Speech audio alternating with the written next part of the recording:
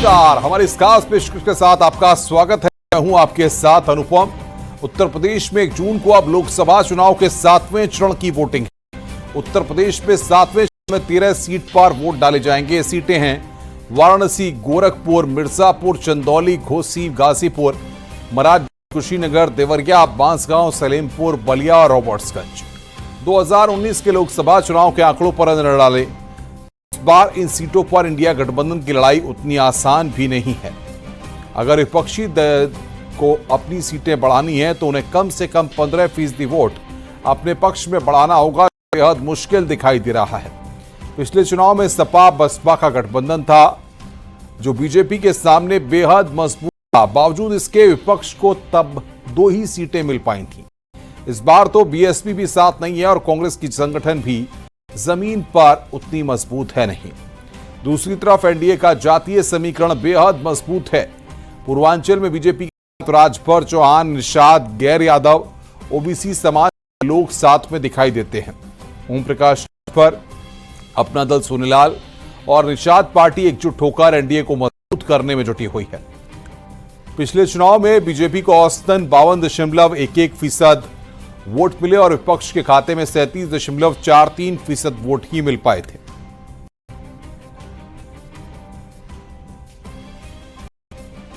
तो यह आखिरी चरण की लड़ाई है। 13 लोकसभा की सीटें उत्तर प्रदेश की हैं 7वें चरण में, जिसमें यहां पर विपक्ष के लिए आसान नहीं है ये फाइट।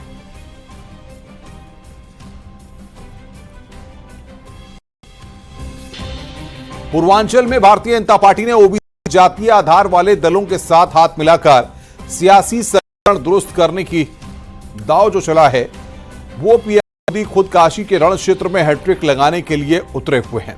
तो सीएम का गृह जनपद गोरखपुर है। बीजेपी अपने दिग्गज चेहरों के साथ सहयोगी दलों की भी जमीन पर खिंचाएगी। मिर्जापुर और रॉबर्ट्सगंज से अपना दल एस चुनाव लड़ रही है। वहीं घोसी में सुभाषपर प्रमुख ओम प्रकाश राजभर अपने बेटे अरविंद राजभर को चुनाव लड़ा रहे हैं। ऐसे में देखना है कि जातीय बिसात पर खड़ी पूर्वांचल की सियासी जमीन पर किसका पड़ा भारी रहता है।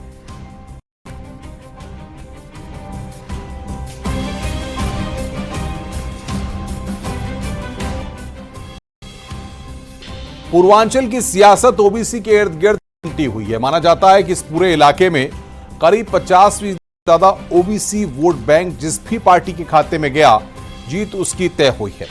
2017, 2022 के विधानसभा और 2014-2019 के लोकसभा चुनाव में बीजेपी को पिछड़ा वर्ग का अच्छा समर्थन मिला। नतीजतन केंद्र राज्य की सत्ता पर मजबूती से काबिज हुई।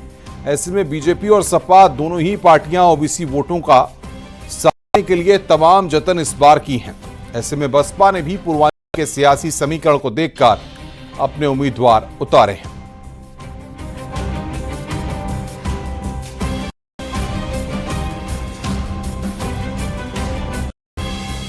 और आइए हमारे संवाददाता से जानते हैं कि क्या है हॉट सीट वाराणसी, गोरखपुर, घोसी, गाजीपुर, मिर्जापुर की फाइट।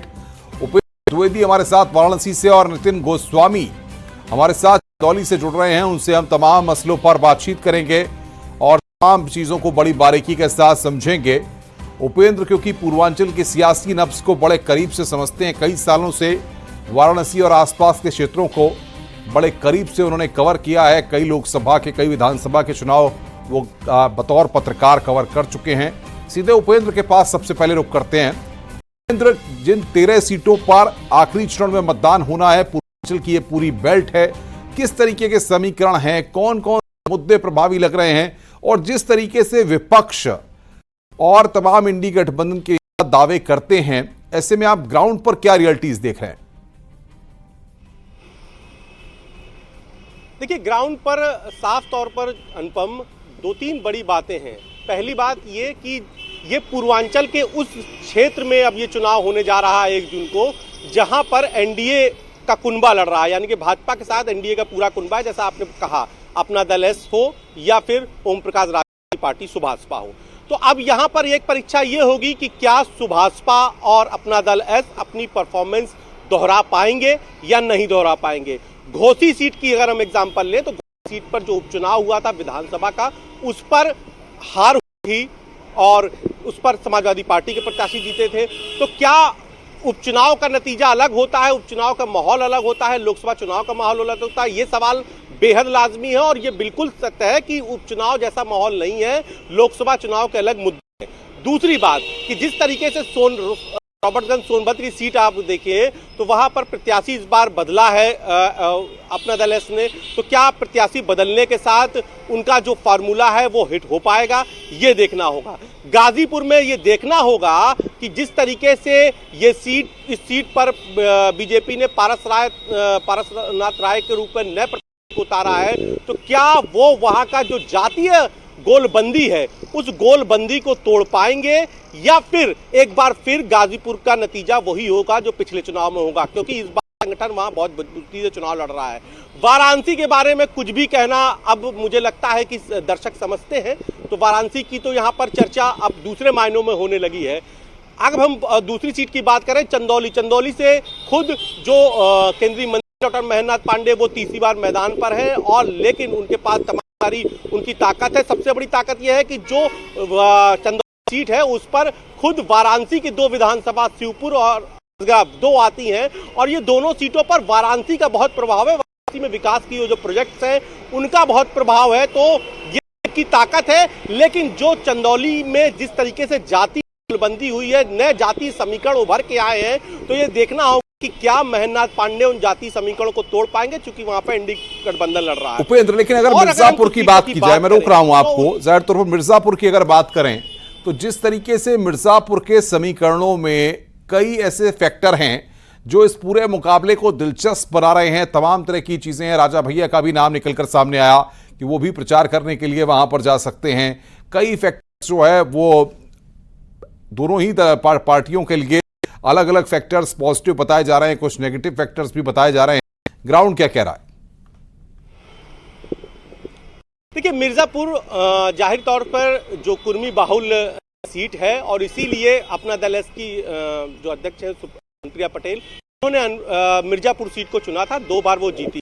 लेकिन वहां पर अगर हम पटेल कुर्मी वोट के बाद बात कर ले, जैसा कि आप तो ओबीसी वोट है तो उसमें सबसे पहले पटेल वोट है और उसके बिंद भी बड़ी संख्या में है। तो क्या वहां पर जिस तरीके से बीजेपी जो समाजवादी पार्टी है उसने बीजेपी के ही नेता को वहां पर प्रत्याशी बनाया है, तो क्या वहां पर समीकरण बदल पाएगी समाजवादी पार्टी यानी इंडिया गठबंधन, या फिर जिस तरीके से भाजपा ने मिर्जापुर से सटी हुई जो सीट है भदोही, वहां पर अपने ही एक विधायक को टिकट दिया, तो क्या वो उसका असर मिर्जापुर की सीट पे पड़ेगा? क्योंकि मिर्जापुर और भदोही बिल्कुल अगल बगल की सीटें हैं, तमाम सारे गांव हैं जहां पर बहुत महत्वपूर्ण बात आप कह रहे हैं। मैं आऊंगा अभी आपके पास आके और बातचीत करेंगे।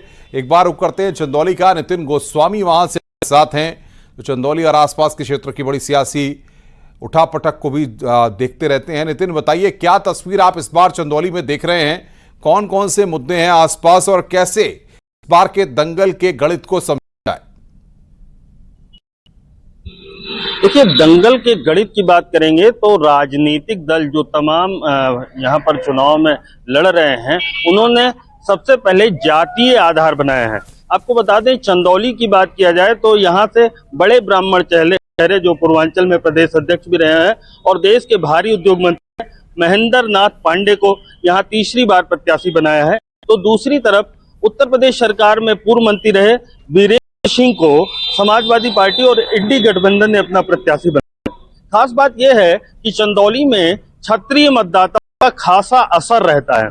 शायद यही वजह है कि समाजवादी पार्टी ने इंडी गठबंधन की तरफ से वीरेंद्र सिंह को अपना प्रत्याशी बनाया है। लेकिन फिर वही बात जब चुनावी गणित की आती है तो ये महत्वपूर्ण होगा देखना कि गैर यादव ओबीसी को एक बड़ा मतों का एक जो संग्रह है वो कहीं ना कहीं भारतीय जनता पार्टी के साथ आता है। साथ ही दलित वोटरों में पासवान और कुशवाहा ऐसे वोटर हैं जो यहाँ भारतीय जनता पार्टी के साथ हैं। तो दलित वोटरों में सेंधमारी करते हुए साथ में 2.5 लाख के करीब ब्राह्मण मतदाता हैं, तो इनको आधार बनाते हुए और गैर यादव ओबीसी जो मत हैं उनको आधार बनाते हुए एक जातीय समीकरण भाजपा ने बनाया है। और पिछली बार का जब इलेक्शन की बात करें तो बहुजन समाज पार्टी और समाजवादी पार्टी एक साथ मिलकर चुनाव लड़ रही थी। इस बार बहुजन समाज पार्टी ने सत्येंद्र मौर्या मतों को साधने के लिए एक मौर्या कैंडिडेट यहाँ पर दिया है।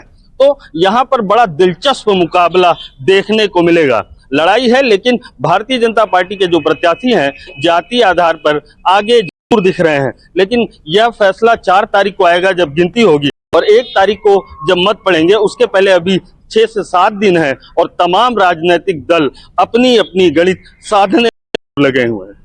हाँ नितिन, लेकिन जिस तरीके से उपेंद्र बता रहे थे कि जो असर है वाराणसी में जो टिप्स हैं उसका कहीं ना कहीं असर चंदौली की सीट पर भी पड़ेगा, तो यहाँ पर क्या भारतीय जनता पार्टी को उसका फायदा कुछ होता हुआ दिखाई देगा?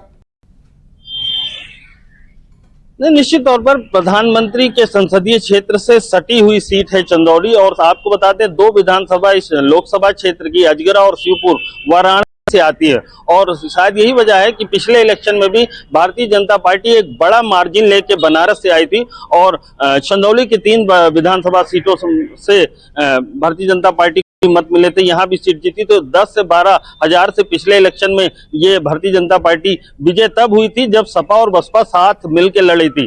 अब बसपा का कैंडिडेट भी है और साथ में इंडी गठबंधन कांग्रेस और समाजवादी पार्टी के जो प्रत्याशी हैं वीरेंद्र सिंह मैदान है। ऐसे में चंदौली को निश्चित लाभ होता है, इसलिए दिख रहा है भारतीय जनता पार्टी के प्रत्याशी को, क्योंकि 2 महत्वपूर्ण मुद्दे हैं जो सामने आ रहे हैं। एक ये चूंकि प्रधानमंत्री के कॉन्स्टिट्यूंसी से हुई यह सीट है, और दूसरी जो गैर यादव ओबीसी के जो मत हैं वो भारतीय जनता पार्टी की तरफ उनका रुझान जरूर दिख रहा है। ये जो तमाम सर्वे हुए हैं और साथ साथ जब हम लोगों ने मतदाताओं से की है तो गैर यादव जो ओबीसी हैं वो भारतीय जनता पार्टी के साथ खड़े नजर आ रहे हैं। साथ ही दलित जो वोटर्स हैं उसमें पासवान और कुशवाहा, ये जो वोटर्स हैं इनकी भी संख्या करीब 1 लाख के करीब है, और वो कहीं ना कहीं तमाम बड़े नेता जो चंदौली के हैं कुशवाहा और पासवान बिरादरी के, वो भारतीय जनता पार्टी के मंच पे देखे जा रहे हैं। तो ये चुनावी गणित जरूर उभर के सामने आई है, लेकिन सीधी लड़ाई की बात किया जाए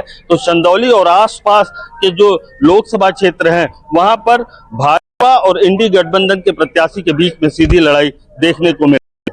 बिल्कुल नितिन, आपका बहुत बहुत शुक्रिया हमसे जुड़ने के लिए और बातचीत करने के लिए। उपेंद्र, आपका भी बहुत बहुत शुक्रिया हमारे साथ जुड़ने के लिए और बातचीत करने के लिए और तमाम पहलुओं पर बड़े विस्तार से जानकारी देने के लिए। तो 13 सीटों का ये दंगल है, इसमें कई हाई प्रोफाइल सीटें हैं, वाराणसी, घोसी, गोरखपुर, गाजीपुर और मिर्जापुर, और ऐसे में जनता को इन सब का फैसला करना है कि इस बार वो 1 तारीख को जब अपने मत का इस्तेमाल करेगी तो किसको चुनती है। ये खास कवरेज लगातार जारी है। यहां पर हम रुक रहे हैं एक छोटे से ब्रेक के लिए।